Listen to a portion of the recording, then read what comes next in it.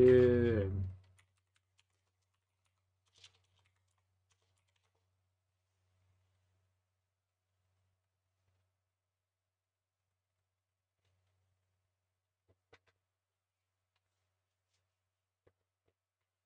Yo, what's up, Shiny Boy?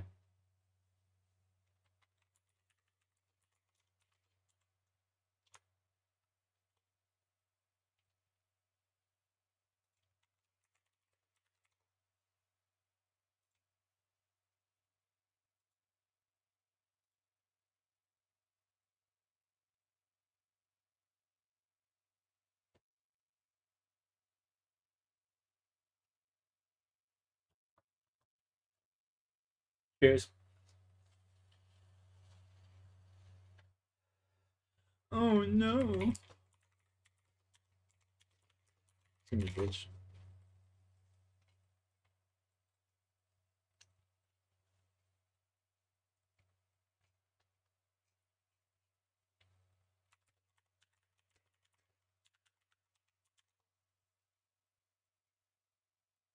What's up, Dank?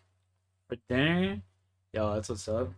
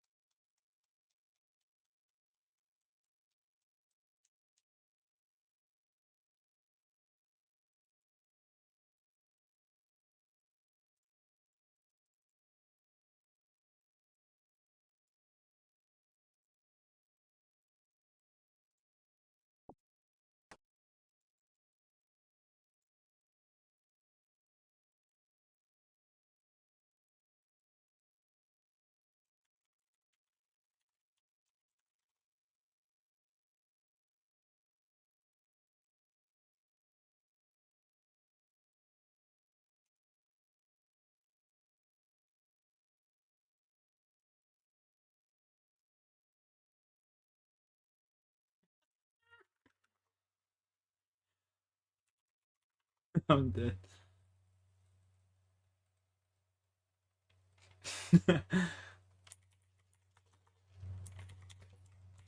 That's gold, bro.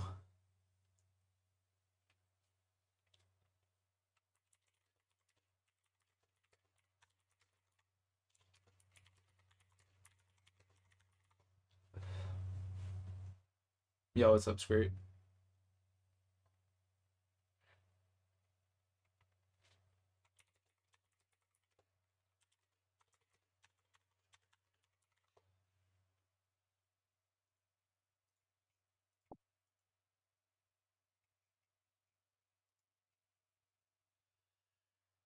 Chilling, daughter sleeping, you know? It's a good day, it's a good day. Boys and baddies.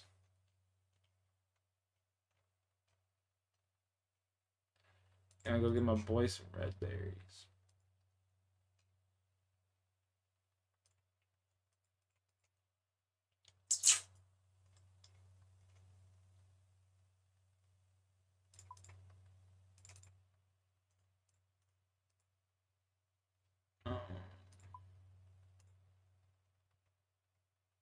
Chilling, daughter sleeping. I've got to drive 5 hours tomorrow, so I'm not gonna be up too late. But I figured I might as well, like, you know, play some Apex, some RuneScape.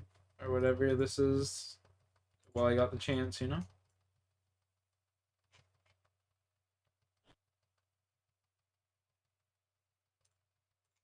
How are you guys doing? Why? Yeah, I know she got killed. If you're doing this as an interrogation, you're I've seen this before. Like, I know this case. This chick killed someone, and like she works in the medical field, and she's like a crime scene analysis. But I've never actually heard the story behind it, so this should be interesting.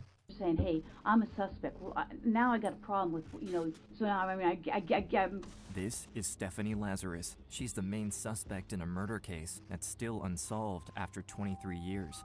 The reason is, she's an LAPD detective. The police think she killed Sherry Rasmussen, the wife of John Rutten, a devoted husband who adores her. But on the night of February 24th, 1986, things would take a turn for the worse. You didn't harm your wife, did you, John? No, I didn't. Look good. She had everything going. I mean, she... Hey, so do you, buddy. Hey, John. What was the first thing you saw? Saw her lying on the ground. I knew right away that she was dead.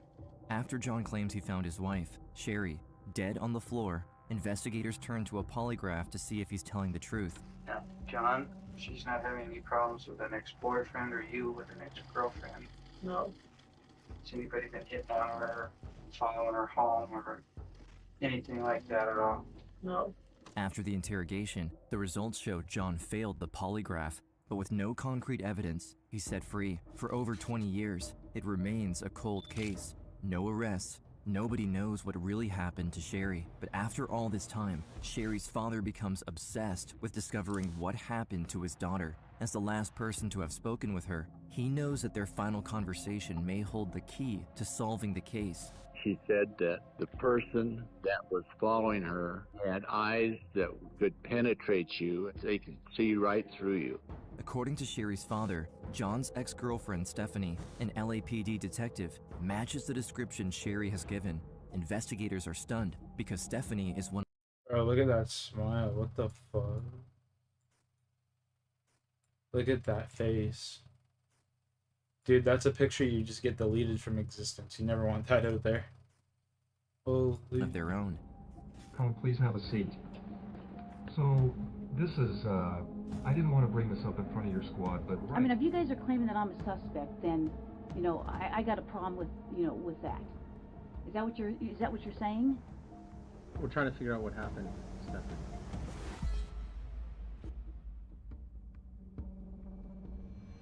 Los Angeles, February 24th, 1986. 6 p.m.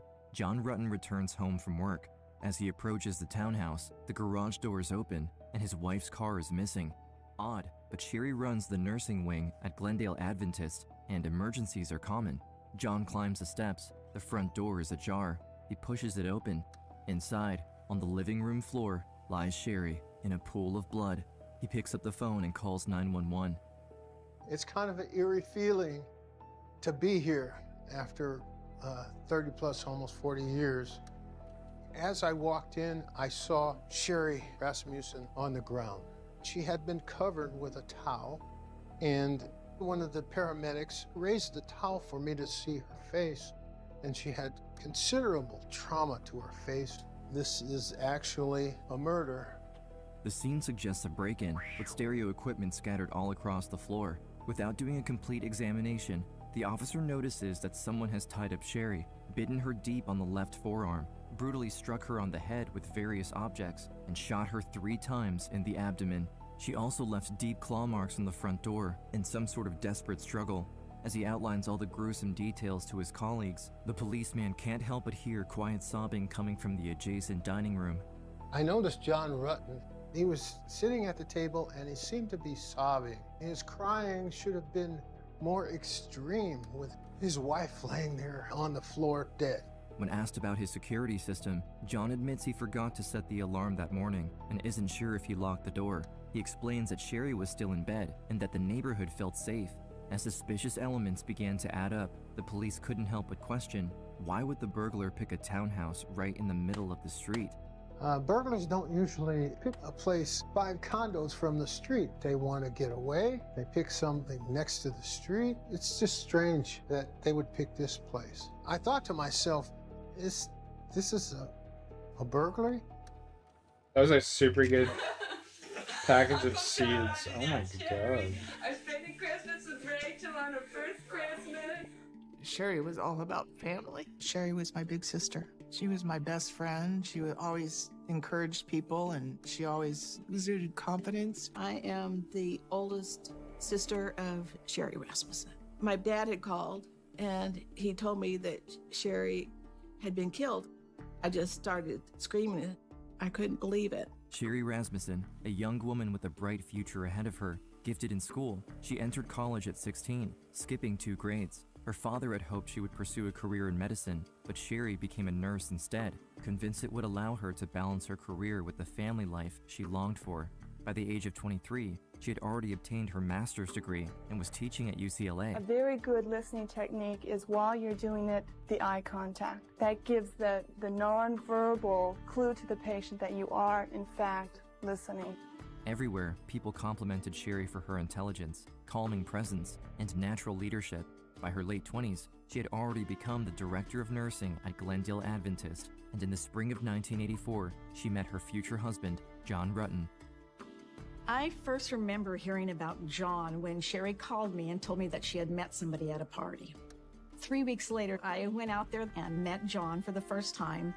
I asked John, how did you meet Sherry? And he told me that he saw Sherry from across the room. She had this beautiful smile and laugh. Just seeing him say that and hearing him, I was happy for Sherry. They looked great together. They were affectionate. And I loved John because my sister loved John.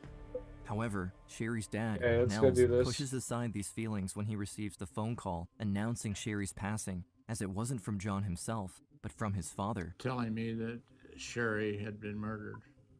And so I told his dad, I want to talk to John. And he said, John doesn't feel like talking. When the Rasmussens arrive at the police station, they finally reunite with John, but, to their surprise, he still refuses to talk, insisting that the police won't allow him. For them, the exchange is unsettling, and John's secretive attitude is difficult to read. The Rasmussens wonder if this is the reaction of a man in shock, or if he's holding back to protect himself or someone else. I thought his behavior was odd. He wouldn't talk to us. He was more concerned about himself than about Sherry. Basic homicide 101. Look at the spouse. It's in her own home. Her husband had just left her that morning. She hasn't been anywhere. You don't have to be a detective to think, I wonder if he did it. As John is escorted into Where's an my interrogation shit? room by a detective, Nels ponders their exchange, or lack thereof.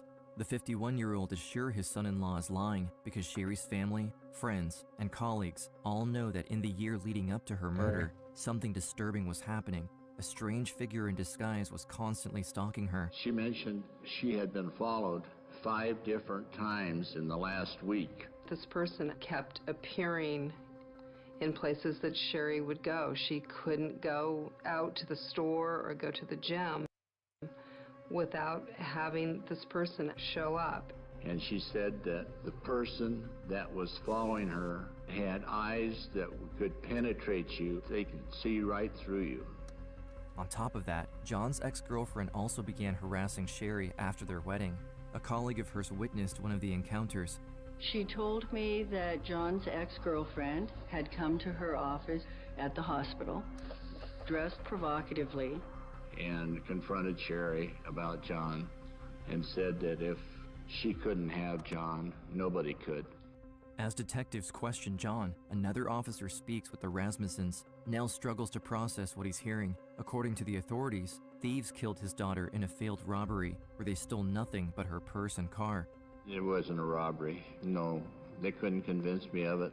Nels immediately starts talking about the stalking and harassment his daughter suffered during the months leading up to her murder. Still, the officer in front of him retorts that, without a name, there's nothing they can do. Sherry never disclosed a name for the ex-girlfriend.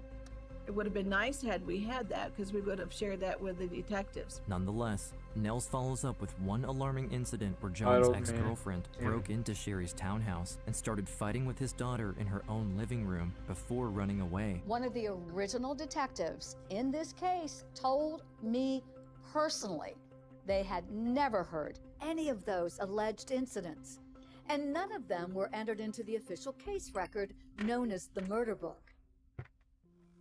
I just want to thank you all for coming, and I want you to know that Sherry was the best professional in the world. She was the best wife that anybody could ever have, and she was the best sister and daughter. She wanted to make everybody happy.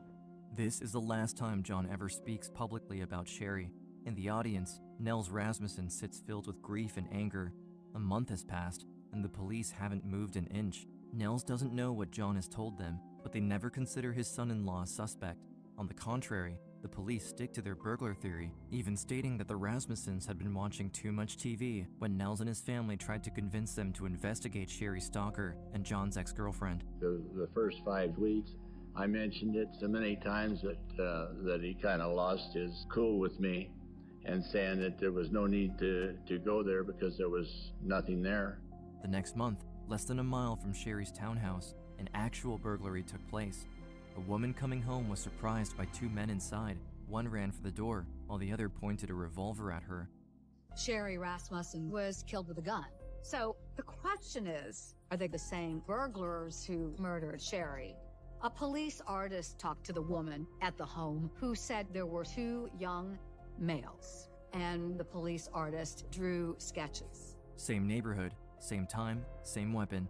However, this time, no one was hurt. Either the police were actually onto something, or fate was playing a cruel trick on the Rasmussens. Convinced the burglary and Sherry's murder are linked, detectives plaster the city with the suspects' faces. Weeks go by with no leads, then months. The police eventually find the 2 items the thief stole from Sherry's property, her car and purse, both cleaned free of prints. And then, silence. For almost 15 years, the Rasmussens have remained entirely in the dark.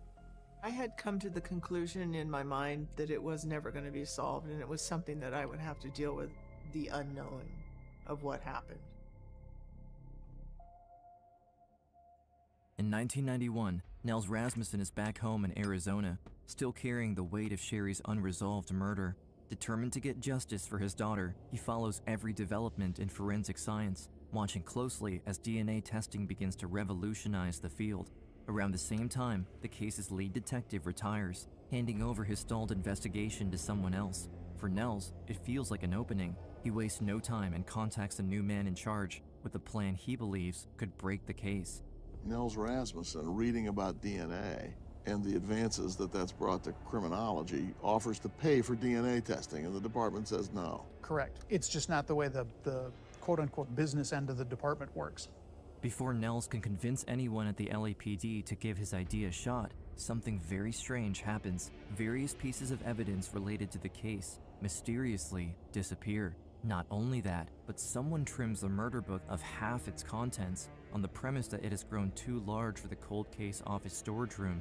The mishandling of the case is becoming increasingly difficult for the Rasmussens to bear, who continue to try to get in touch with the police or speak with someone, anyone, who will take them seriously. As a father, he had felt a responsibility to protect her, and the only way that in her death he could protect her was to find out who killed her. He would constantly re-dissect, the information that we knew. For the next 10 years, every time the case changes hands, the family flies from Tucson to Los Angeles to meet the new detectives, and each time, Nels and his 2 remaining daughters return home heartbroken by their lack of progress. They put us in an interrogation room, and they came in with a little skinny folder about this big. They did meet with us, but it was also it was like a show. It's now November 2001. The LAPD can no longer ignore advances in forensic science and establishes a cold case unit dedicated to DNA profiling. Sherry's file, now 15 years old, lands on the desk of an overextended detective with no time to treat it properly. Instead of letting it gather dust, the case is handed off to a criminalist, Jennifer Francis. She begins combing through the boxes of evidence herself and eventually stumbles across a detailed entry about a bite mark Sherry received during the struggle with her killer. It was a alligator clutch. Strangely, the file claims investigators sampled only one blood type, but bite marks should always yield two profiles, one from the victim and one from the perpetrator. The entry seemed to suggest Sherry might have bitten herself, a theory Frances finds baffling. She knows the original detective failed to recover prints and other key evidence from the scene, but surely someone from his forensic team had swabbed the wound. With her boss's help, she digs through boxes upon boxes of paperwork until she uncovers an old property log from 1986, listing the crucial swab she has been searching for. I checked with our evidence room. They didn't have it. I looked at our property reports. It's not booked. How could that happen? Incompetence. That happened a lot? Yes. But Frances refuses to give up. She calls every coroner in the city until she finally gets a lead. After spending 6 hours combing through the morgue's freezers, an LA County coroner informs her he had found a torn envelope with its fading label damaged. Against all odds, the glass tube containing the swab was still inside, and in one piece. She immediately runs a battery of tests, and the result points to an unknown female, directly contradicting the theory of a male duo. Further down the file, Frances also learns about Nels Rasmussen and his numerous attempts to inform the police about Sherry's stalker and John's ex-girlfriend. Frances's own theory begins to take shape. What if the two were one and the same, and she was the one who bit and killed Sherry? But when Frances brings this to the detective, he dismisses it outright and adds one detail Frances has yet to learn.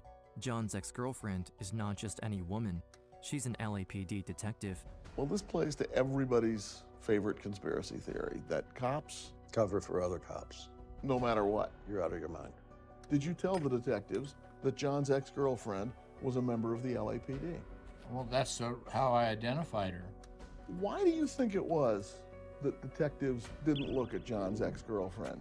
I think it was because she was a police officer. Why can't that just be sloppy police work? Why does that have to be a cover-up? Why can't that be just sort of tunnel vision and a rush to judgment? They're more intelligent than that. You got to give them more credit than that. Unbeknownst to Nels, his only ally at this time is within the LAPD. Jennifer Frances relentlessly pushes the case, first to the cold case unit, then to the scientific division, later to robbery homicide, and even to internal affairs. Yet, everywhere she goes, supervisors turn their attention not to the evidence, but to her. They question her mental state, claiming she's too emotional, paranoid, and obsessed with Sherry's case. Soon, Frances is ordered into mandatory counseling with an LAPD-sanctioned therapist, a move that, inside the department, brands her as unstable and potentially unfit for duty. Even worse, the sessions aren't at all concerned with her well-being, but rather with what she knows about the case and who she has talked to. For Frances, this is no longer a matter of paranoia or conspiracy. This feels like retaliation. A deputy DA calls her crazy, colleagues treat her as a liability, and systematically push her off major cases. Around the lab, people belittle her, telling her to get a hobby. What she doesn't realize is that she is retracing the same path as Nels Rasmussen, who, decades earlier, had also been ridiculed by the authorities, despite being the only one able to see through the conspiracy. Then, in November 2009, everything changes. Frances receives a call from robbery homicide. A detective named James Nuttall is asking about her findings. She has been waiting more than 5 years for this moment. The Rasmussens, 23. But fear holds her back. She feels like she can't trust anyone anymore. She tells the detective that she doesn't believe it was a burglary and that the evidence may have been tampered with, but she doesn't share her theory with him. Yet Nuttall has her results right in front of him and quickly puts 2 and 2 together. He knows that the only DNA not matching Sherry's belongs to another female and has already read dozens of letters Nell sent over the years, urging police to investigate John's ex-girlfriend. From this point on, the detective decides to form a secret circle within the homicide department. We can do it later if you want. That's cool. To trust him over the Pretty first easy. few months of the investigation. Himself, It's fucking and 3 other detectives. brain dead, honestly. Nuttall sets out to prove once and for all that someone from within their ranks violently attacked and killed Sherry Rasmussen inside her own home in 1986. When they said it was a police officer, I went, all right, bro. You're kidding. Absolutely kidding. A police officer committed this crime. I couldn't imagine that.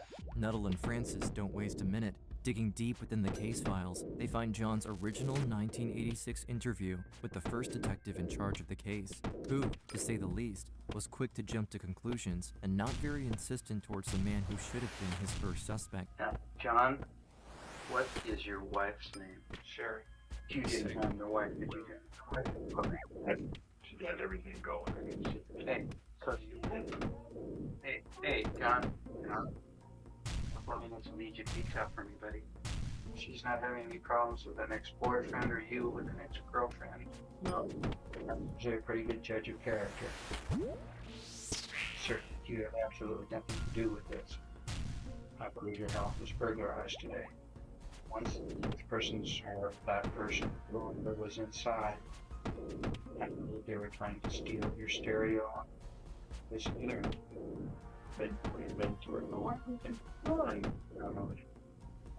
John, things happen, okay? I think sure. Things happen, but your wife's dead. Should surprise me. And she's hurt. She's shot. Oh. John and your wife trip over to eat Ricky for this person's house. Have a little faith in me. Very successful. Very, very successful. To Nuttall, something's off with the interview. Why did the detective jump to conclusions so fast?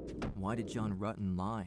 According to Nels and Sherry's colleague, his ex-girlfriend was quite problematic, and Sherry wasn't afraid to bring it up in conversation. But what really throws Nuttall off is that there's nothing else to listen to. I gotta kill the fire giant Years of though, investigations, because 3 other I needed the detectives XP for reopened it, the case, for a but Slayer. none of them ever considered conducting a second interview with John to ask about Nels' claims. But he knows he won't be the force to pass on the idea. He contacts John, who relocated to the Bay Area. Oh my God, let's and had go. Children since then, and sets up an interview. From the get-go, he adopts a very different tone, Huge. wasting no time to bring up his ex, the story at the hospital, the home invasion, the stalking. He doesn't miss a beat. Holy shit, let's go, dude. That's crazy.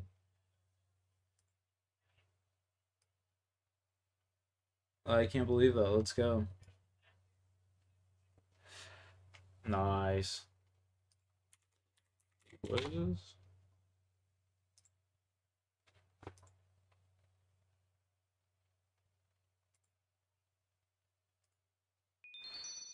Sick. That's sick. Huge upgrade right there.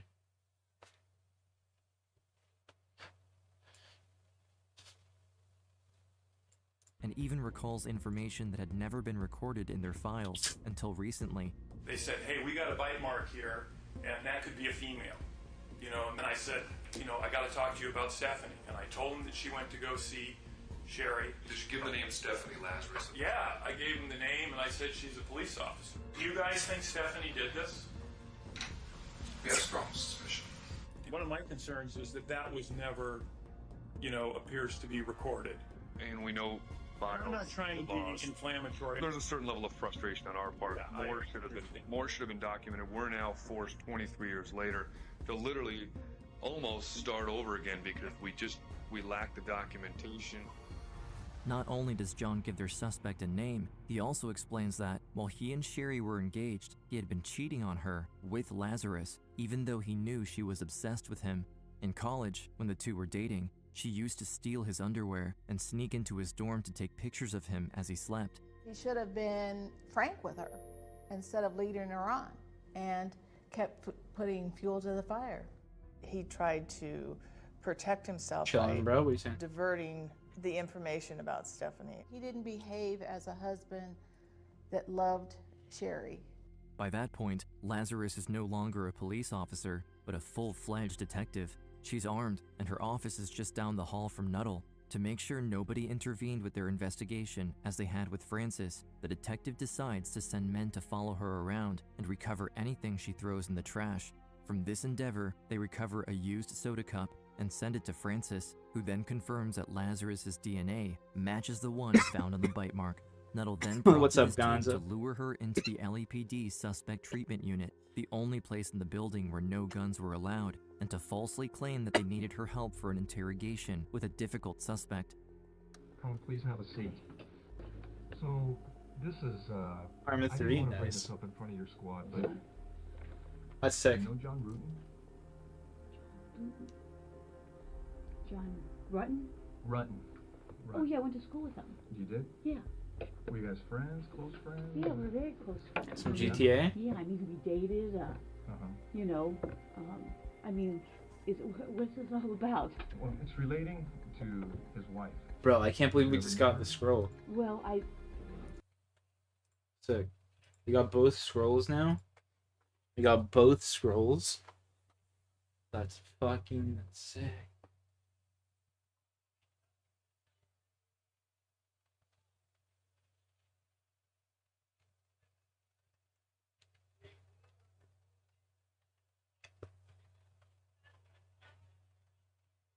Yeah, I hear you, bro. It doesn't not be it.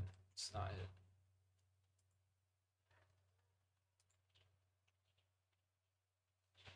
I hear you on that.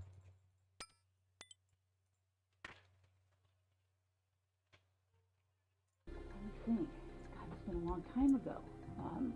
Yeah, I mean, I don't, you know, again, I mean, what, you know, I don't understand why you're talking about some guy I dated a million years ago. Well, do you know what happened to his wife? Yeah, I know she got killed. Did you ever fight with her? You mean like we fought? Yeah. Did you ever duke it out with her? No, I don't think so. I mean, You'd remember that, right? That would be pretty. yeah, I would think so. I Pretty mean, specific, you know, yeah, like I said, I mean, traumatic. obviously, you know, I mean, it just doesn't sound familiar. I mean, what are they saying? So I fought with her, so now, I mean, they're saying, okay, I fought with her, so I must have killed her. I mean, come on. I mean, that's insane. I mean, if you guys are claiming that I'm a suspect, then, you know, I got a problem with, you know, with that. Okay? So, you know, if you're doing this as an interrogation, you're saying, hey, I'm a suspect. Well, now I got a problem with, you know, now you're accusing me of this? Is that what you're saying? Yo, what's up, Eric? Stephanie, you know you have the right to remain silent. Do you understand? Yes. Anything you say may be used against you in court. Do you understand? Yes. You have the right to the presence of an attorney before and during any question. Do you understand? Yes. If you want to talk to us right now. No. Okay. This is crazy. This is I'm like in shock. I'm totally in shock. They were kind enough to come to our And new home games don't hit the same at all. and let my parents know that they had made the arrest. I mean, I cried because I was so excited, number one, that justice for my sister, but also for my dad. Nels was upset with me, and he was very animated. It was sort of like, Detective, where have you been for the last 2 decades? I have explained this to your organization. I've explained this to your investigators. He was always diverted. He was told repeatedly that he'd been watching too much TV. For the first time since Sherry's murder, everyone is on the same side. Jennifer Francis presents her DNA test results and recounts the retaliation she endured within the LAPD. Nels Rasmussen steps forward with the warnings he tried to give from the start and how he was ignored for decades. And John Rutten, whose testimony had been tampered with and whose contact with Sherry's family was restricted by police, finally speaks openly. Together, they testify. The fact that Sherry's death occurred because she met and married me brings me to my knees. Nuttall's investigation takes 4 months. The trial lasts 3 weeks. The jury comes to a conclusion in less than a day. After 26 years of struggle, Sherry and her family finally receive justice. The jury in the above entitled action find the defendant, Stephanie Eileen Lazarus, guilty of the crime of murder of Sherry Rasmussen. It was just like a rush of relief that it's over. Relief for my father that he finally was vindicated and he had his answers. In 2023, Lazarus admits 37 years too late that she killed Sherry. In exchange for her confession, she's offered a shot at parole. By then, Nels had already passed away, but before his death, he recorded a statement to be used at hearings. The board saw it in 2023, and it will be shown again whenever Lazarus attempts to get released in the future. If one looks at the damage that she did to my daughter's face. It's almost like she wanted to destroy the beauty that Sherry exuded. Today, Sherry's legacy continues, not only through her family's long-lasting fight for justice, but also in the lives of the Rasmussens' next generation. She'll be on parole in 5 years. My mom always told me stories about when Sherry and her were in nursing school and how Sherry really liked the hard cases with the cardio patients. I always thought, well, you know, I can totally see why she would totally love this, the nursing and taking care of people. And I went into nursing school because of my Aunt Sherry.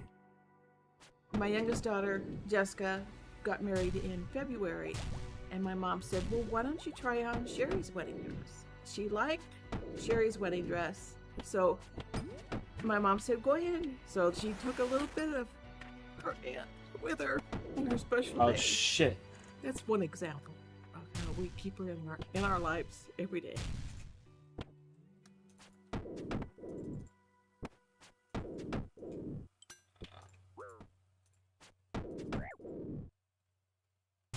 Ooh.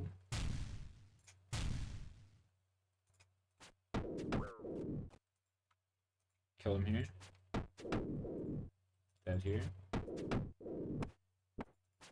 Dead here. There we go.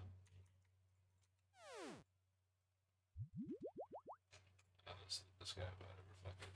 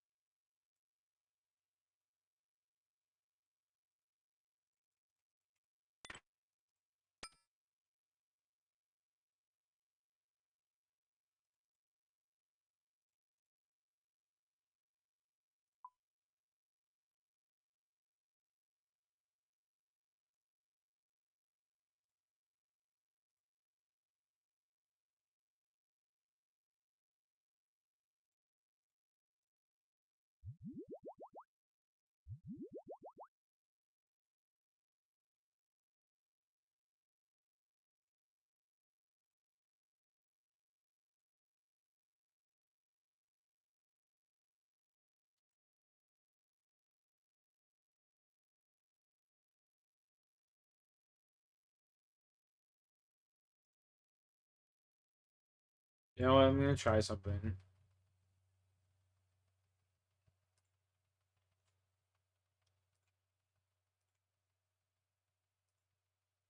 I'm gonna try something. I don't normally do this, but try it.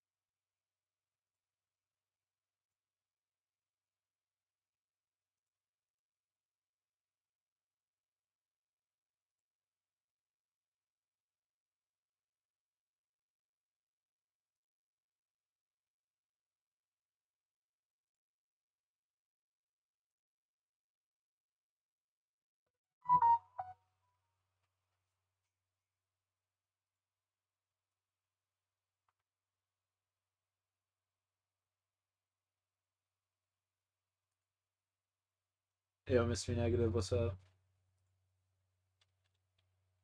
Negative Ghost. That's funny. Negative Ghost.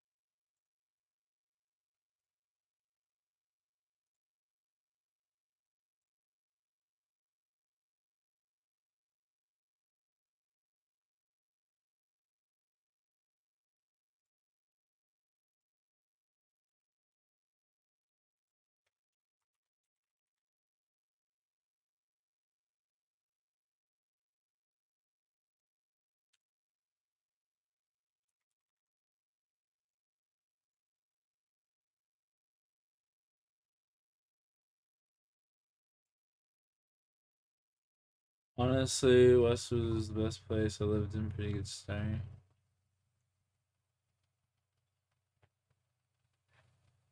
Have fun again. Gonna miss out the most. It is what it is, man. Gotta make the most of what you got.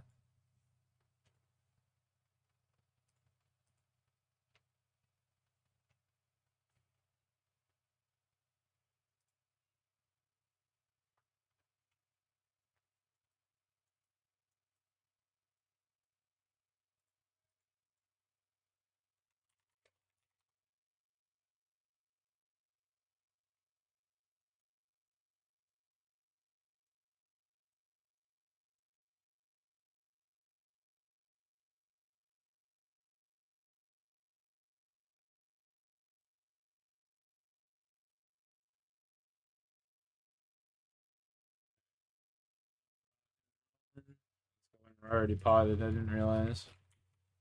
Whoops.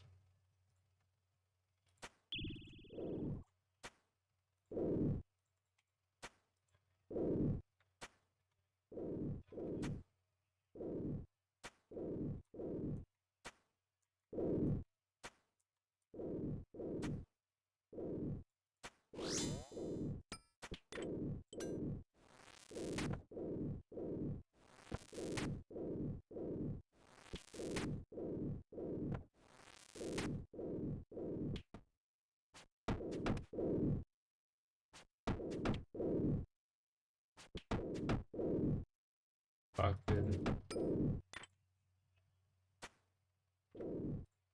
I hate drunk people. Fucking loud ass motherfuckers, man.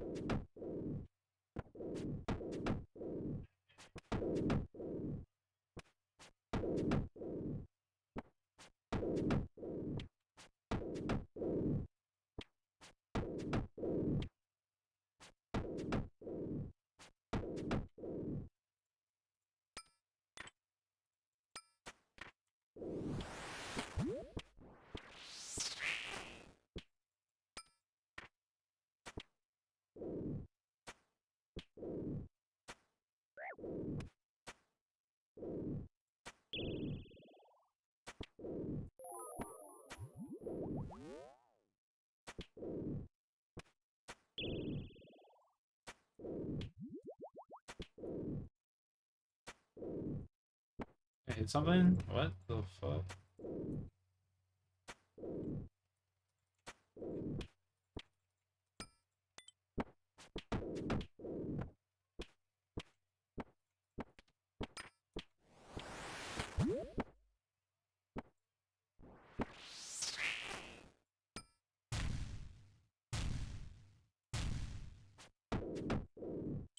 Floppy so far. My god. Yo, Andy, what's good? Is this a sleeper stream? Hopefully.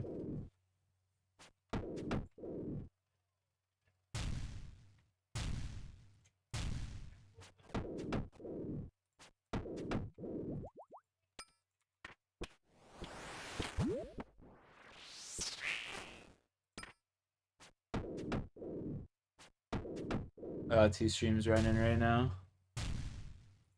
This is the sleeper stream, bro. Yo, Buster, what's up? I got a full-size stream going on the channel, boys. If you just click onto my channel, I got 2 streams going, 1 short stream and 1 full-size. Go check on out. Any drops? I got both scrolls. Both scrolls, dude.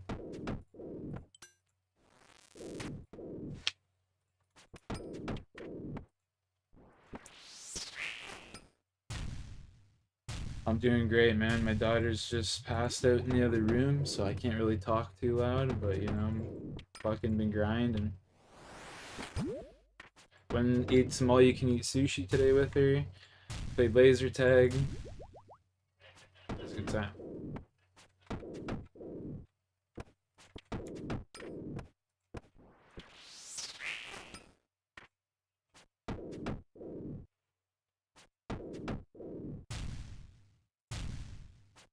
No, I was trying to get too fancy. That sounds real nice. Yeah, bro. It's a good time.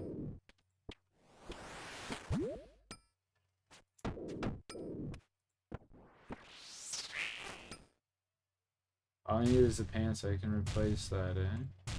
Let me take another bear paw then. You seen the seer buff? Yeah, seer buff's a joke.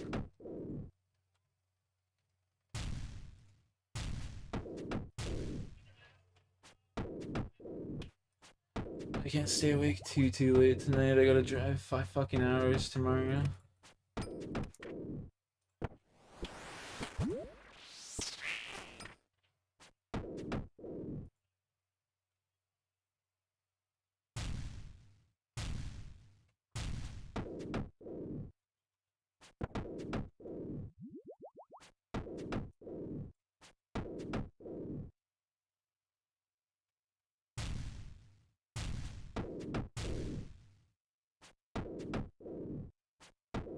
Hope you will win.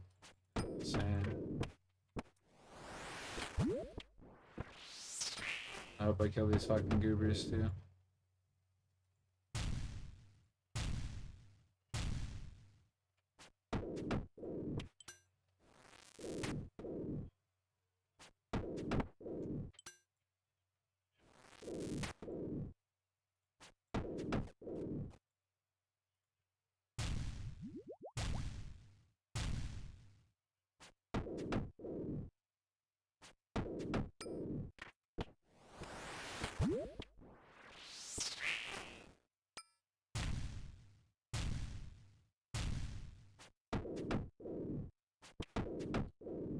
Absolutely wrecking.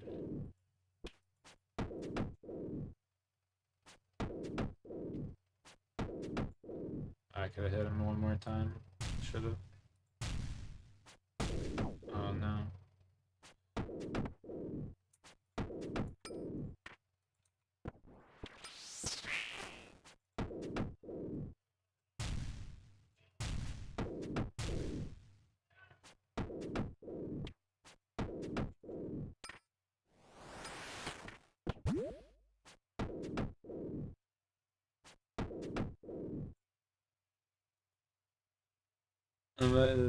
Yeah, unlimited attacks. Yeah, I seen you can like hover in the windows and shit, which is pretty cool. Like it's not super useful, not super game breaking. So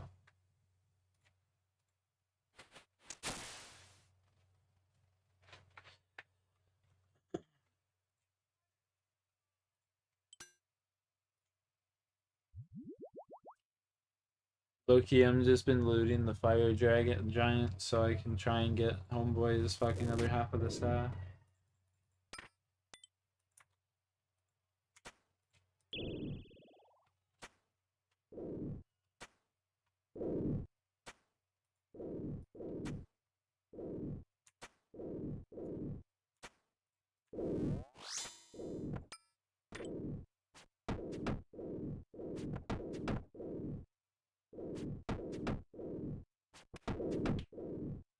Yeah, the amount of people that use Siri now is just not so bad.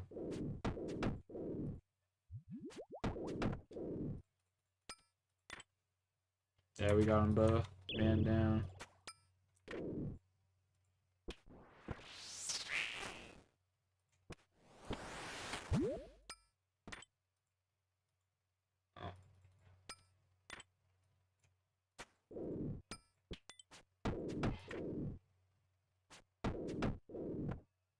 Am I the only one viewer? I think so. Sorry.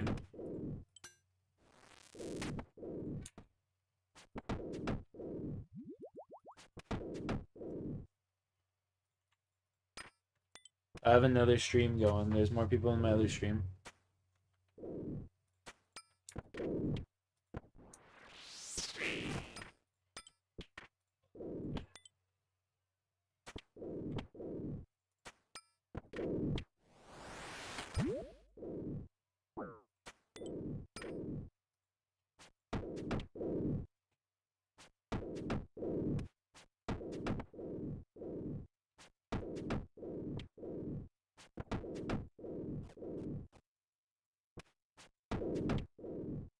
%, accuracy? Yeah, that's great. On YouTube, I just have the short stream, and then I've got like a full size stream. You know what I mean, like a proper setup. If you just go to my channel, one will have hashtag short stream in the title. That's obviously the short stream.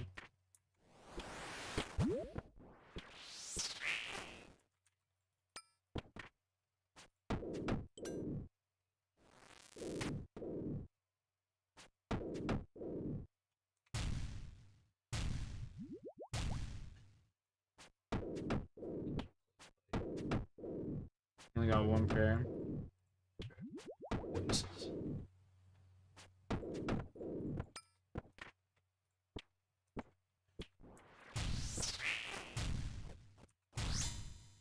Hope I was praying the right shit too.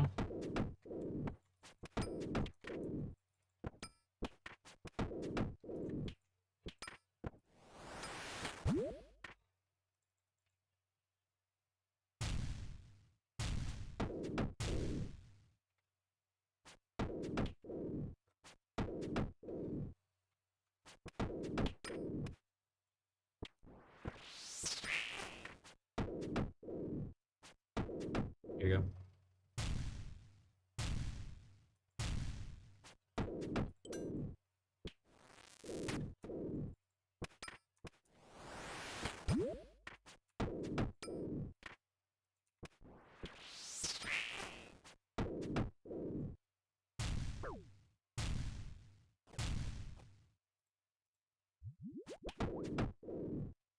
Of no parallel. We gotta kill these goobers. Alright, bro, you have a good night. Appreciate you for stopping by the stream. Thanks for taking a chance on the channel. You have a good night. God bless.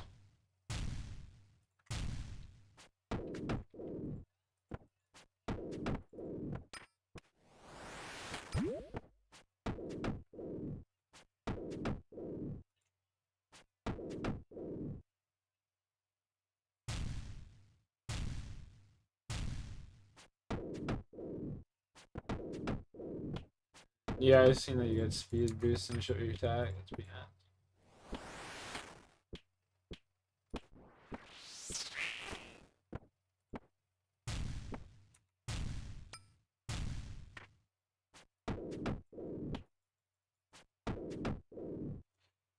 God.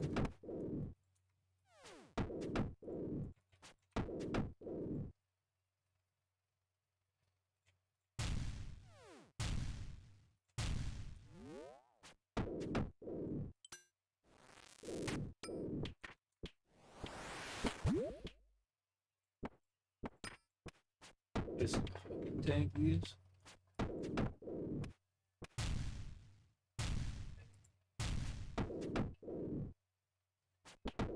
I could very well die here, gentlemen. Oh my goodness. One. Yeah, the problem is they're not thinking, you know?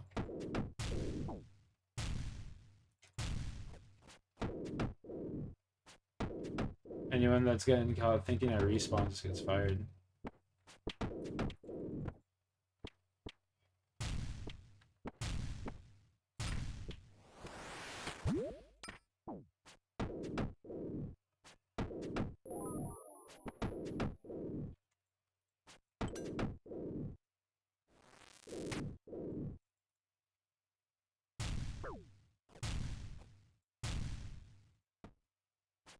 Yo, peace out, homie. You have a good night, brother. Ooh. Told you it'd be close.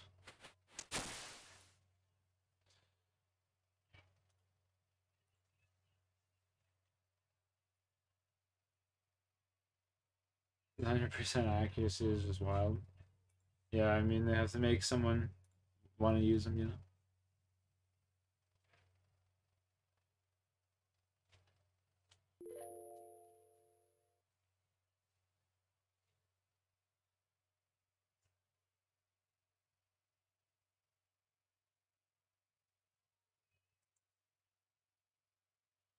They gotta make someone want to play Seer.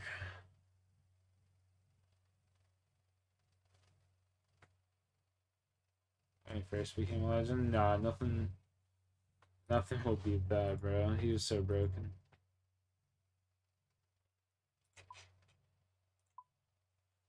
When he first came out.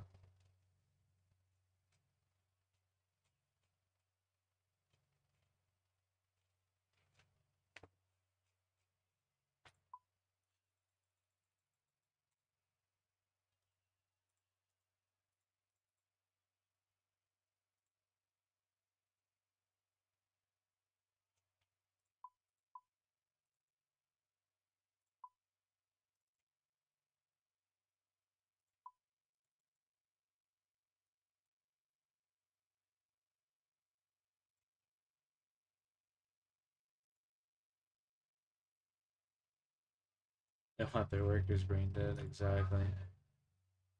Nose ring, purple hair.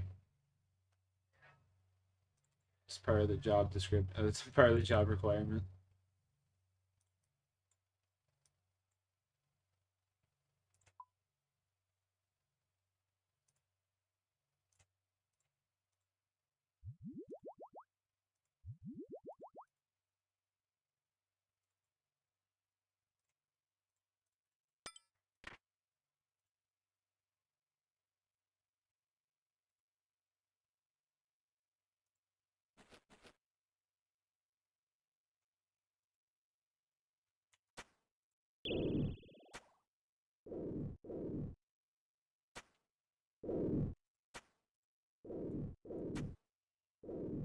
Oh shit, what the fuck? This is a fucked run.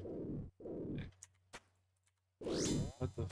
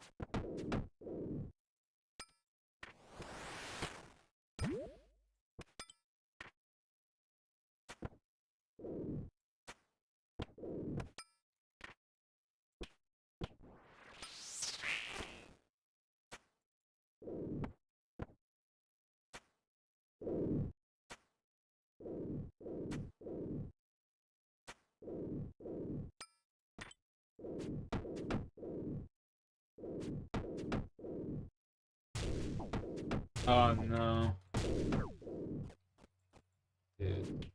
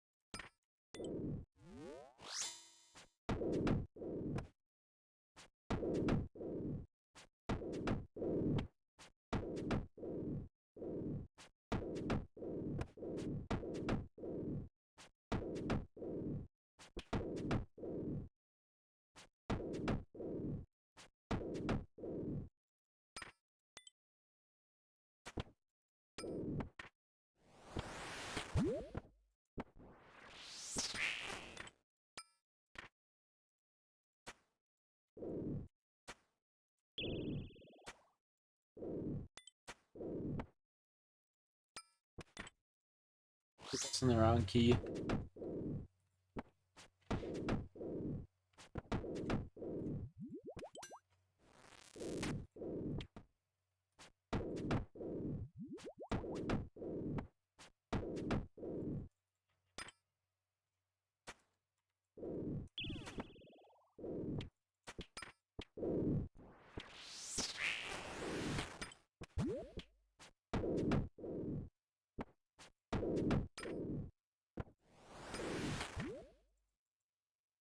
So,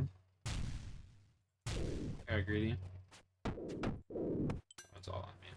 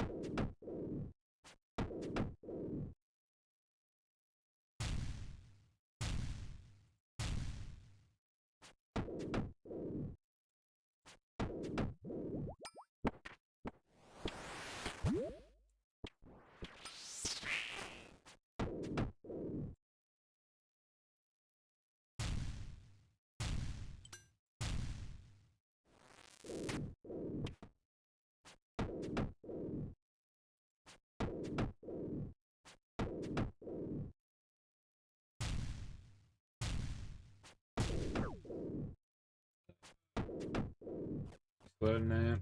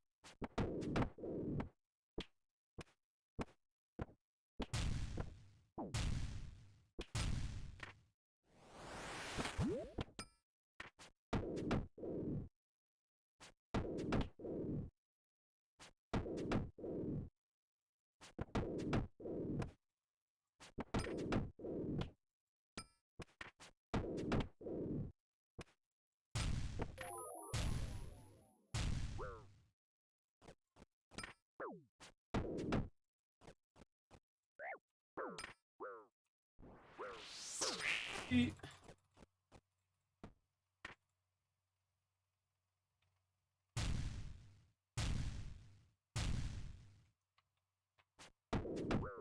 Bruh.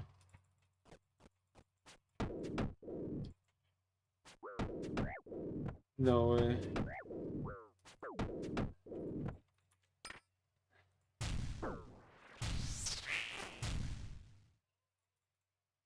No. Kill him. Please. No. That was now or never. Fuck.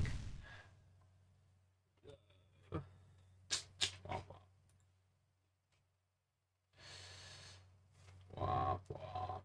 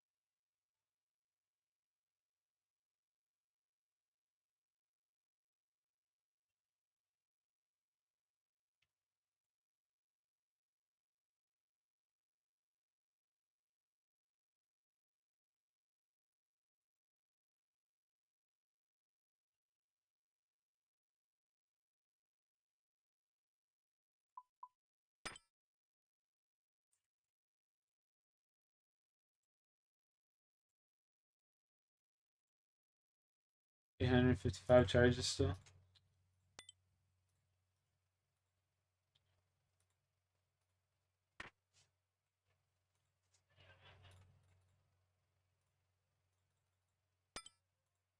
We're big chillin'.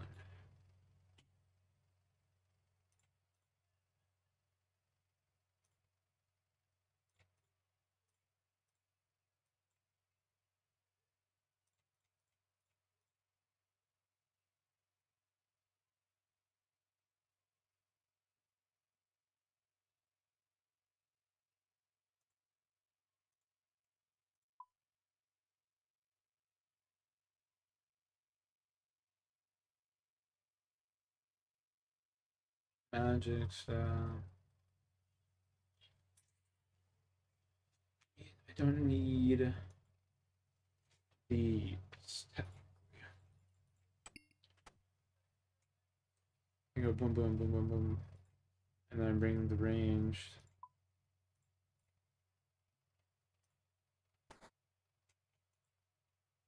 Just put that there.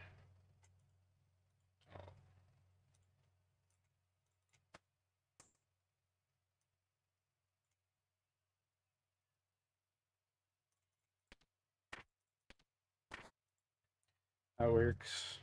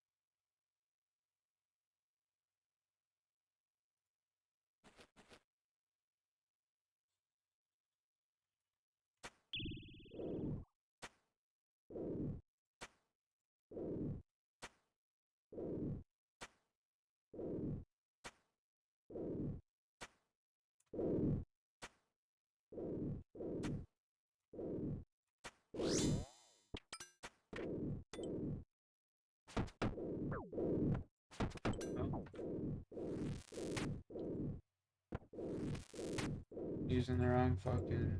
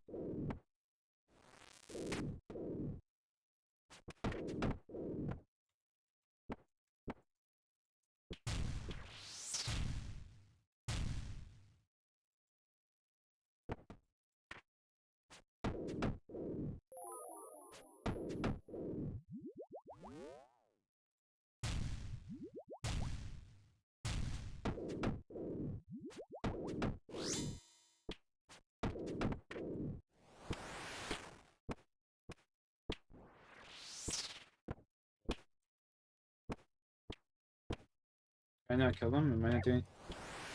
Oh no. I think I need the legs.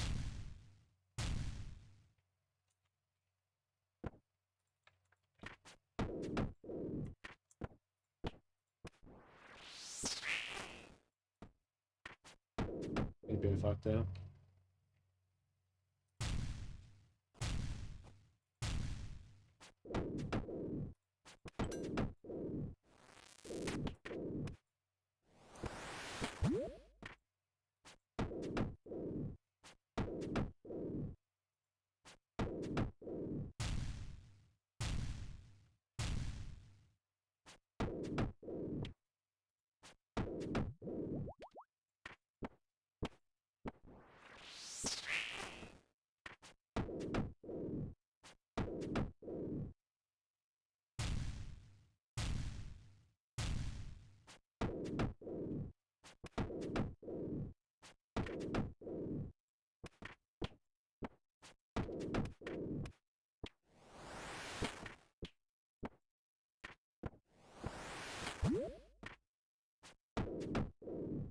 So I basically gotta bring. Okay.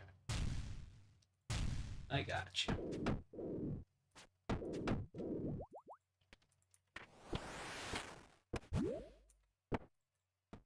Gotta bring the three-way swap if I want it to be a one-shot guarantee.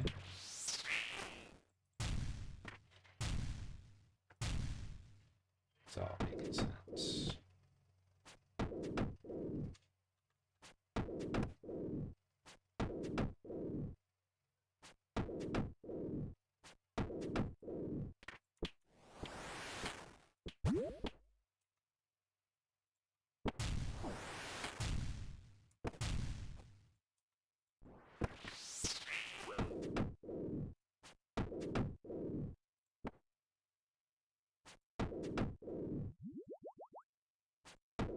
Guy has 200 HP, so like, what the fuck?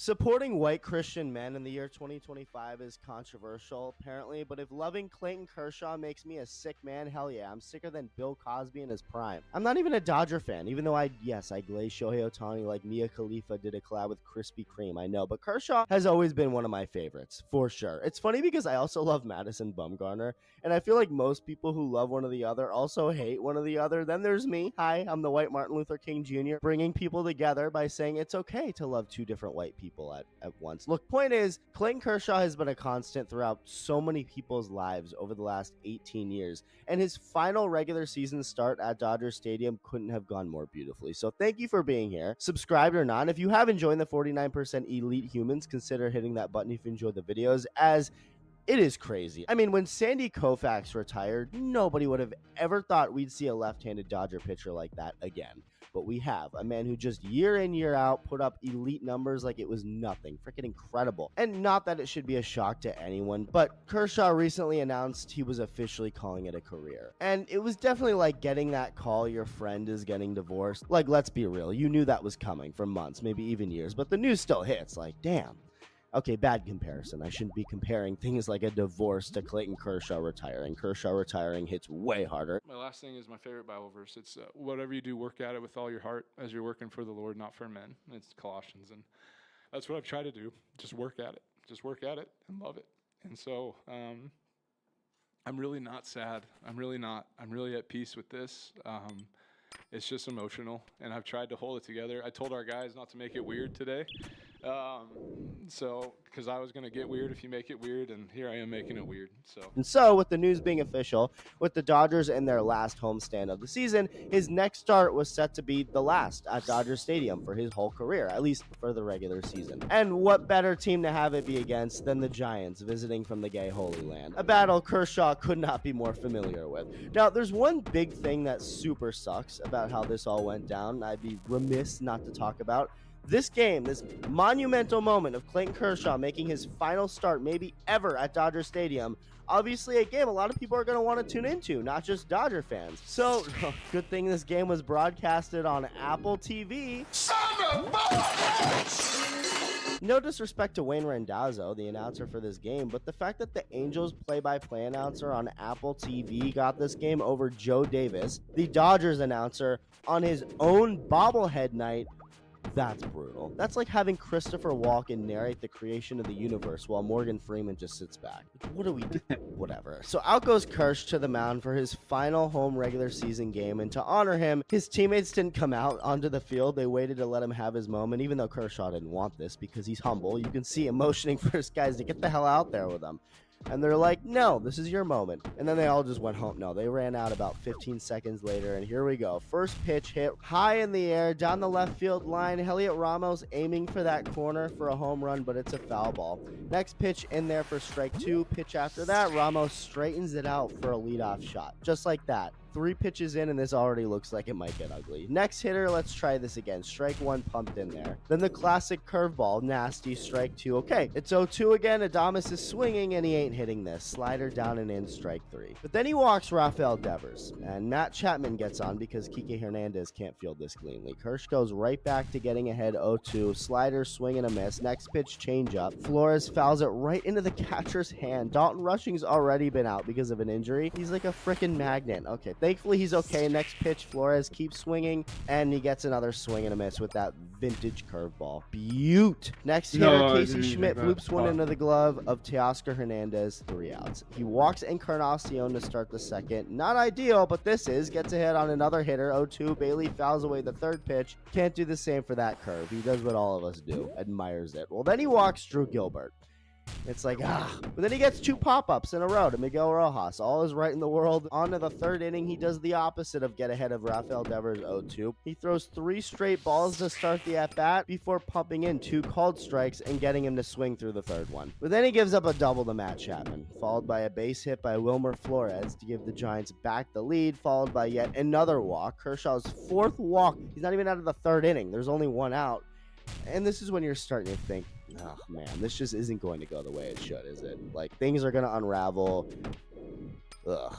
Well, no, Encarnacion hits the second pitch he sees right at Mookie Betts, who flips to Miggy at second to turn 2. But the Dodgers weren't doing anything much offensively themselves. Meanwhile, Robbie Ray out here throwing 1, 2, 3 innings, getting Shohei Ohtani out and striking Mookie Betts out. He's getting those two guys out back to back. He's cruising. After a leadoff single to start the 4th for the Giants, Kershaw gets through it, but the Giants really made him work for it. Kind of makes him look like a bunch of douchebags, but whatever. Credit where credit is due. He gets Drew Gilbert to pop out after a 6-pitch battle, Heliot Ramos to fly out 4 pitches after that, and then Willy Adames comes up, takes strike 1, then takes ball 2, then foul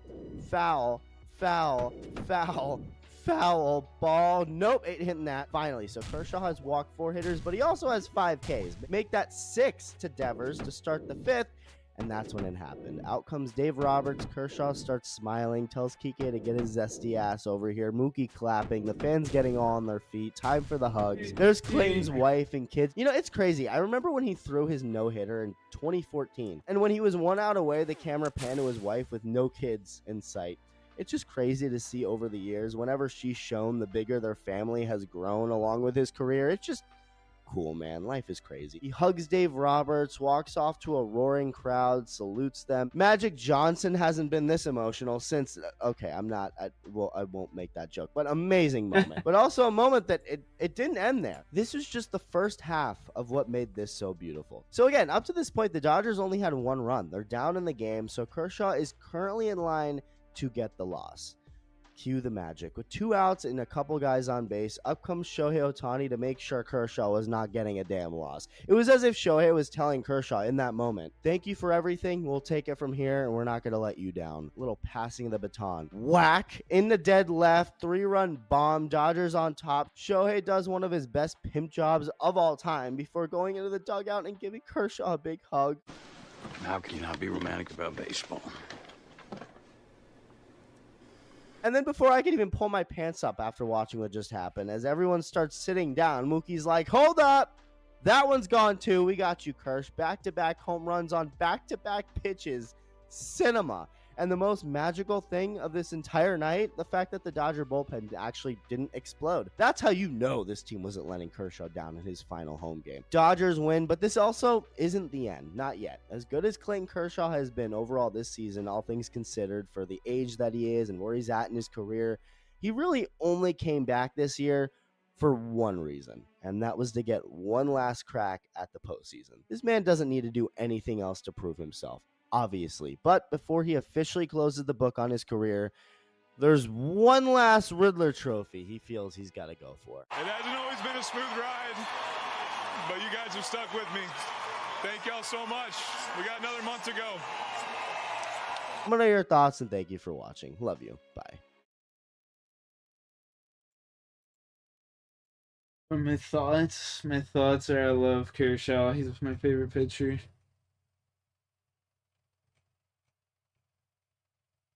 Of all time. Holy, that's a long level name. Not a speed run? My Japanese is improving. Well, it sure looks like a speed run to me. I'm just saying.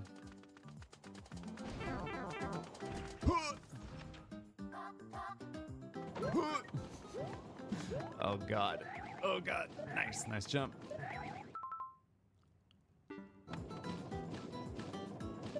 That is so weak. Not a speed run, my arse. Oh, he doesn't have Kaiser blocks there? Wow, I thought for sure. Man. I thought for sure there would be invisible blocks to prevent me from going back up. Well, you know, to be fair. Yeah, right. To be fair, the timer is not tight. So maybe that's what he means. It's not a speed run in the sense. I am so screwed.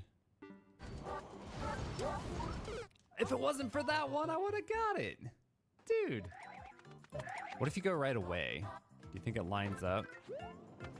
Maybe you can go right away. I'm gonna try it. Yup. And he said it wasn't a speed run. I had to go fast. Man. That's what you do in speed runs. No!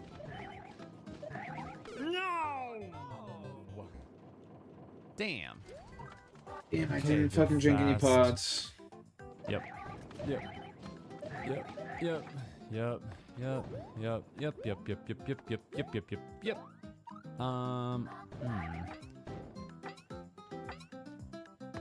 What am I looking at here? Looks like you could just do some cheeky business. So I gotta run up and get that key, right?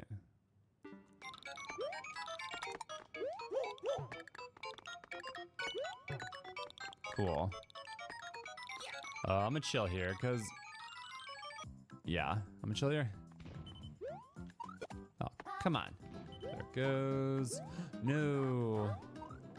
Come on, come on, come back. Come back, my friend. Oh, that was kind of close. All right. Made it.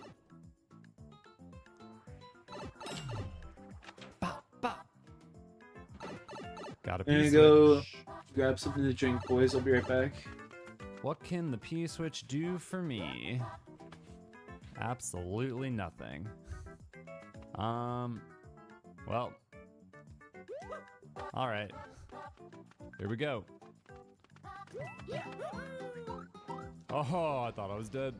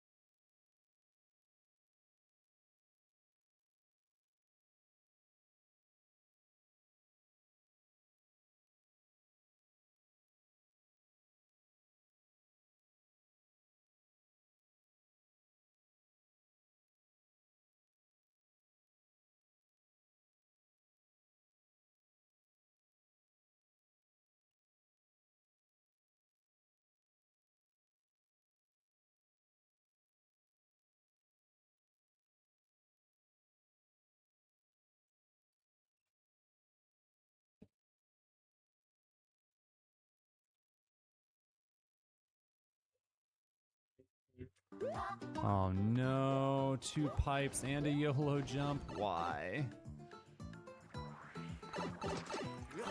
Boss fight.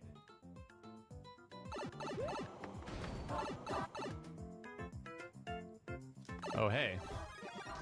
What's up, guys? Yeah, this looks fun. Yeah, looks really fun. This looks so freaking fun. Wow. Oh my gosh. Oh my gosh, you guys. Oh, there's a stupid guy down there too, jumping around. I think he'll come up here, right? Will he come up here? Come here, dude. Oh, here he is. What's up, man? If he disappears, though. If he disappears, it's gonna be annoying. I can't really control where he's gonna get up, though. Get him! Yes! Yes. Don't let him go back down. If he has a key, I want it now. Then I don't fight him later. Gimme, gimme, gimme, gimme, gimme. Gimme! Gimme! Oh, he doesn't have a key, dude. Come on. All that hard work. All that hard work for naught. Oh, it's over. What about that other boss fight? I saw there's another way to beat the level, too. Whatever. Stage 2 with 27. Twomps the Killers. Die Harder. What in the world does that even mean?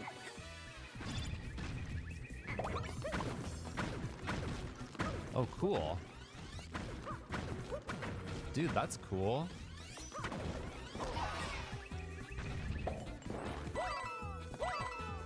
Ugh. This doesn't look cool.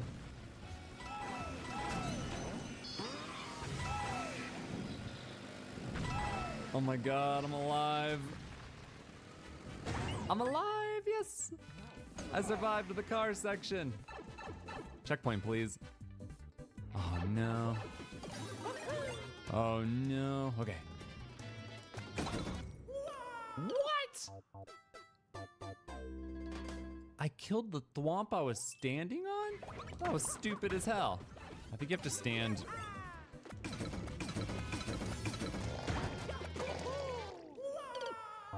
I didn't register, I had to go in the door.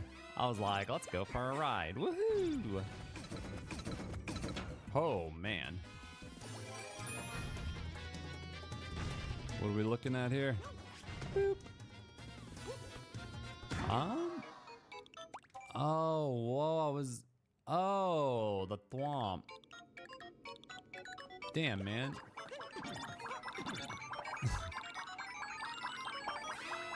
How come I didn't get him? Hold on. Hit it again. Oh, that was an off-screen one? I guess. I'm screwed, though. Ah. They got me again. All right. Boom, bam, bam. Oh, I can see it now. Yeah, I can see the block now.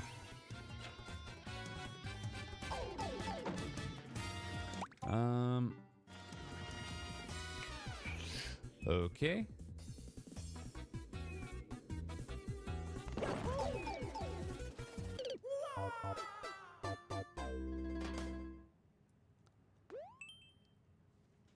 This guy couldn't even spell thwomps right. I'm lashing out. I don't know if you're supposed to take damage here or what. Do you just do this and just go? Or, oh. See, I thought you had to jump on the freaking guy. Damn it. There's a checkpoint, yes, yes, thank you. Hell yeah. Woo! Up! All right, I'm very happy now. We got a checkpoint. Very happy. Boing, boing, boing. Boing, boing. Get the coin, buddy. Get the coin, buddy. Buddy! Buddy! Oh, that's hard. Buddy? Buddy! That's really hard.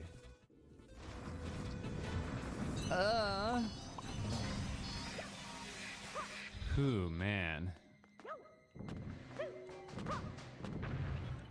Oh, great. I can't see. What am I doing?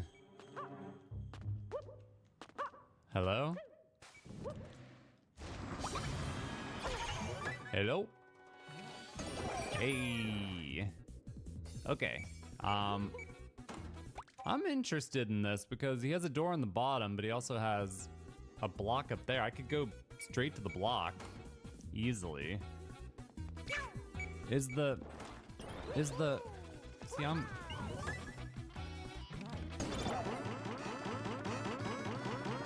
I in I'm in an anti-soft lock now.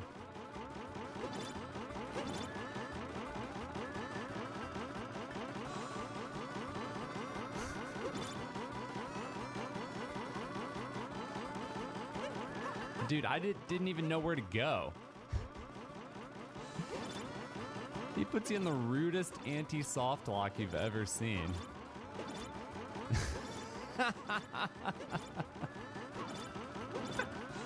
So the door probably takes you here too, right? You gotta keep going up.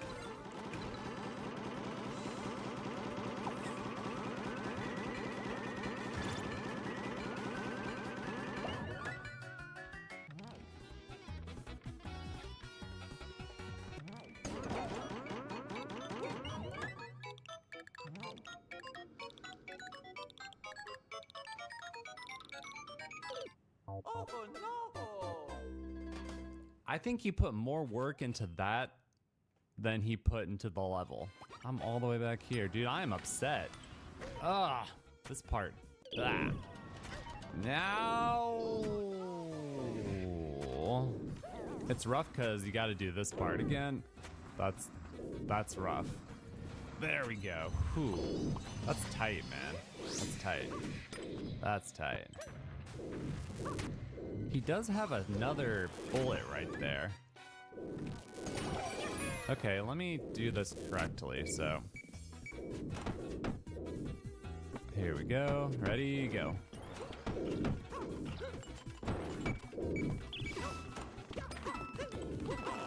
This guy is such an ass. He has hidden blocks. He has hidden blocks. A little self-indulgent in the trolling, guy. Like, damn. I was so excited when I saw this level too. Like, this is great. Turns out it sucks. Damn, is there any way I can kill myself? What if you like, I think I might be able to cheese. Hold on, if you throw a bunch of blocks in here, look, and then follow. I need that. I think I can cheese the anti-soft lock. I'm gonna die, look. Watch. Dude, I cheesed it. Yes. I mean, it only cuts out a little bit because you have to go back and forth through that flomp room or whatever. But bro, I'll take it. I'll take it. And you know what? It's more about the principle. It's more about the principle than anything else. I feel like you could, I also feel like you could cheese a bullet helmet through there. I'm like fairly positive you could. Go. Wait. Yep. Thought so. Thought so, man. Pro Robbie 10, you are an ass. Oh. All right. So how do you do this? I know it's possible. You'd have to like... You have to like do this, right? Oh, so close. I don't know if it's possible, but you guys know what I'm looking, like what I'm trying to do, right? You need to jump, hold the right side. Yeah, there you go. Am I good?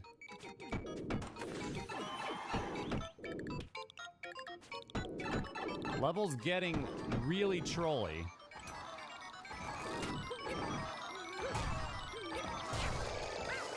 It's getting way trolly. I'm back in here. What did I even do wrong? What did I even do wrong? What is wrong with you? You have to beat that thwomp or something? Oh, I'm screwed. I'm screwed. Wait. Wait, what? Because I was Cat Mario, I was standing above the Kaizo blocks, but then I fell in anyways.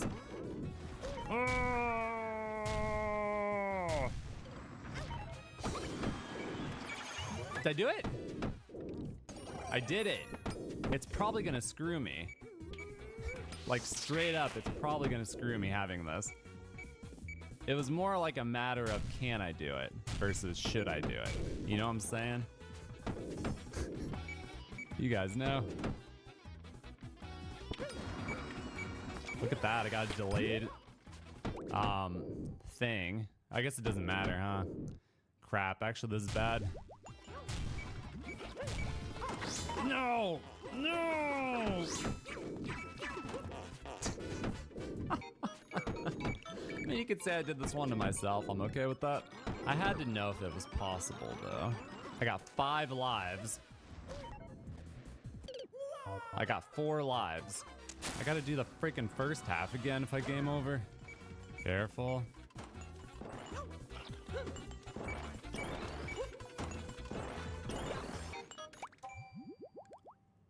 No, if you... So...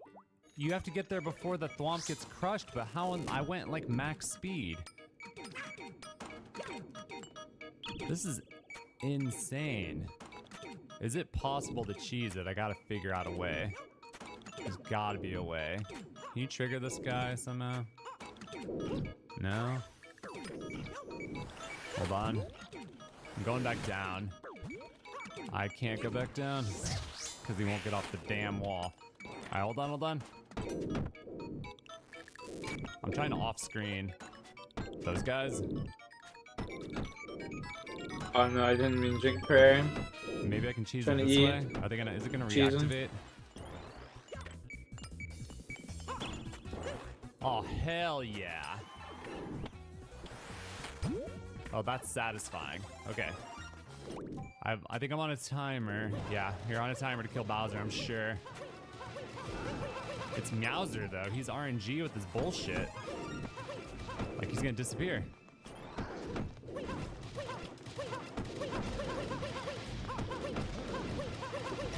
Got him. Go, go, go, go, go, go, go, go, go, go.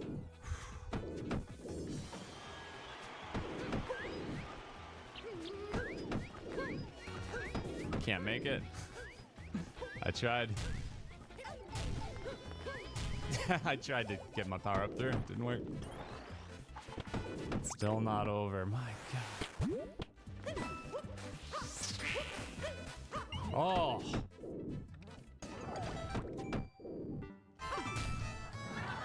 The goal's right here. The goal's not here. The goal's right there.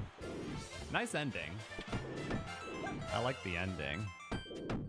Scares you a little bit, you know? Wow, 16 minutes. Very nice. Luckily, we'll never know how tight the timer was on Bowser. He could have ran away and trolled me and I would have died. Because sometimes he goes in the background and shoots fire and you can't get him. He stuck around a lot. He never went in the background. Level sucked ass.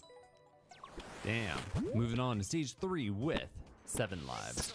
Impossible level. Oh no, it's impossible. Impossible. 3D world again, man. I got PTSD from this shit. Straight up.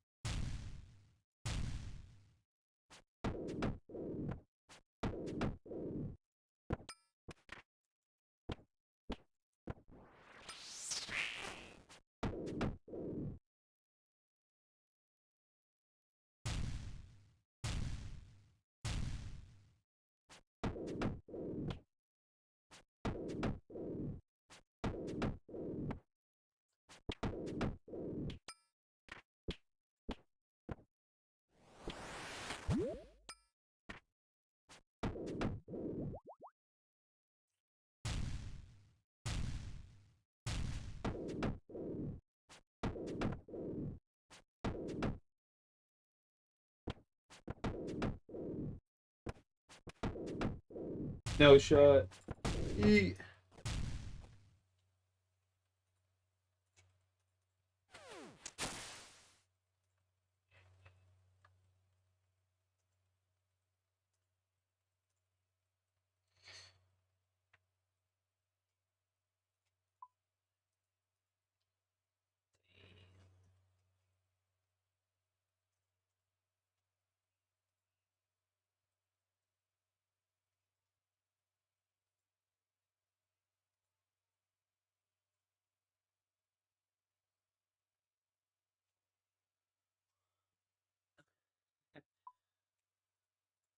Okay, she says it's fine. Oh, that's funny.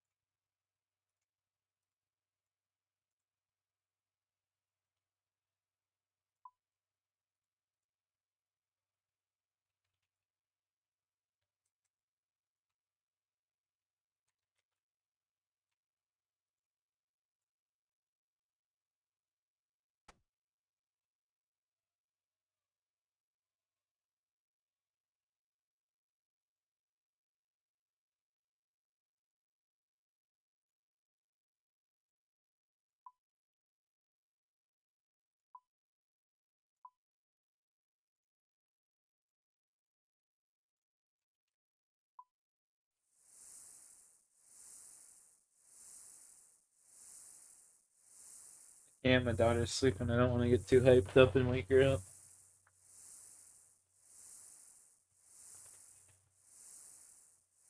So I'm loud when I play that game.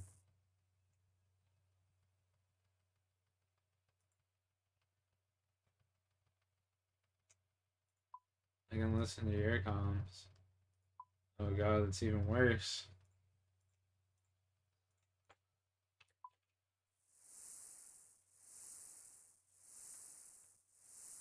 It will be a test. I can't even play it. I have to restart my PC. I'll play with you tomorrow night though. Play with you tomorrow night though. Bet on that. Bet on that. Bet on that.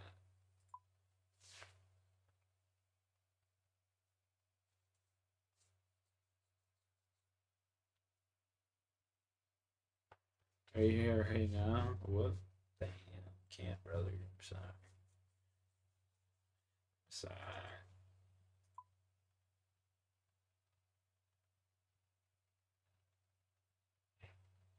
30 range levels for me to come. Well, how does that code relate to me?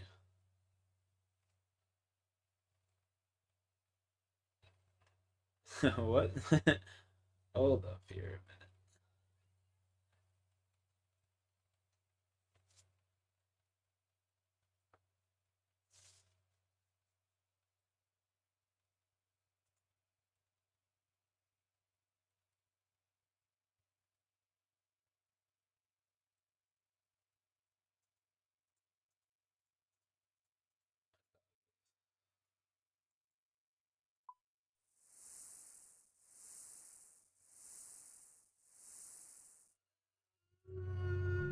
Not tonight, brother.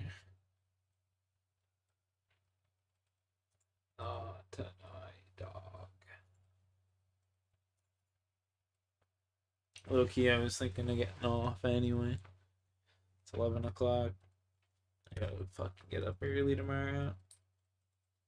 Drive 5 hours, take my daughter home.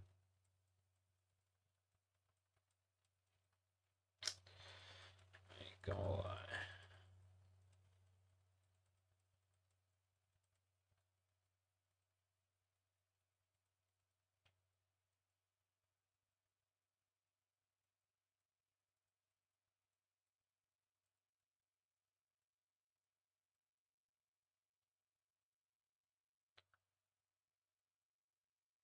This dude.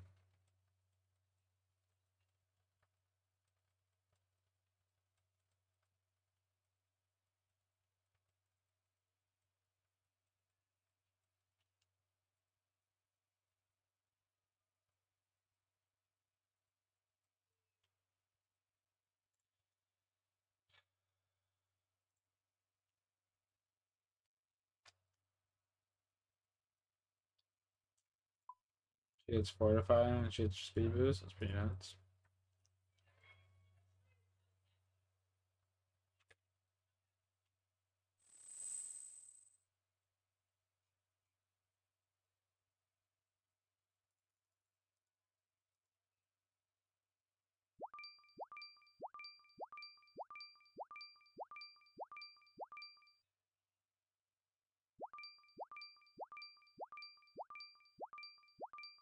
No, not in the slightest.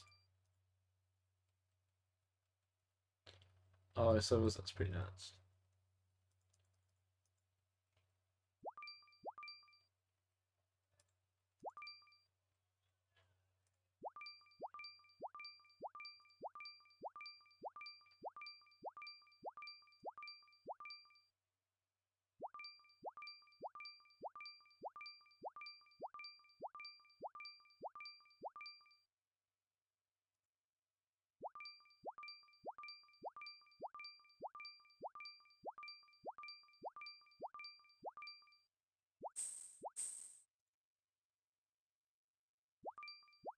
No, tomorrow, motherfucker, tomorrow.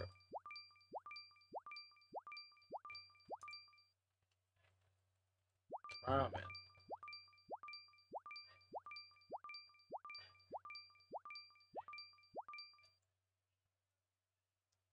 Tomorrow.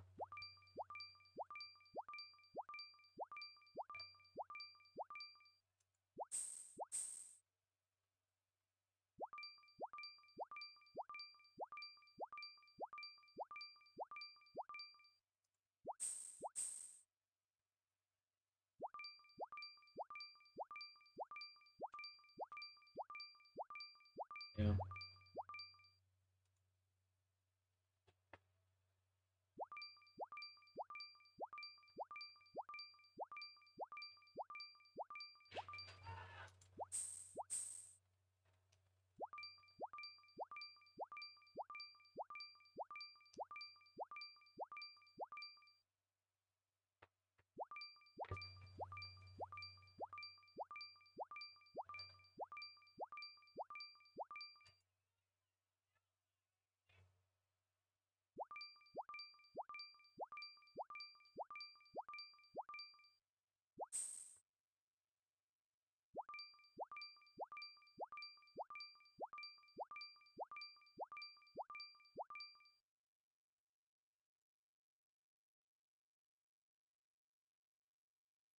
It's working.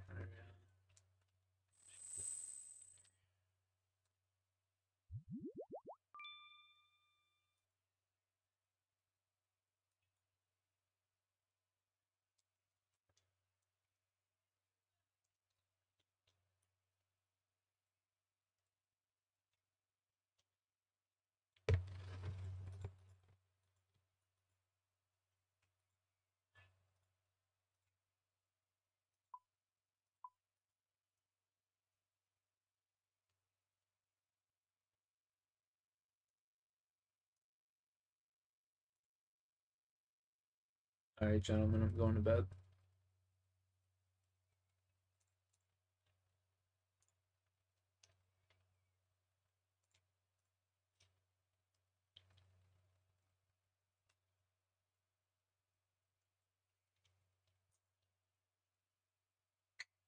Later. Peace out.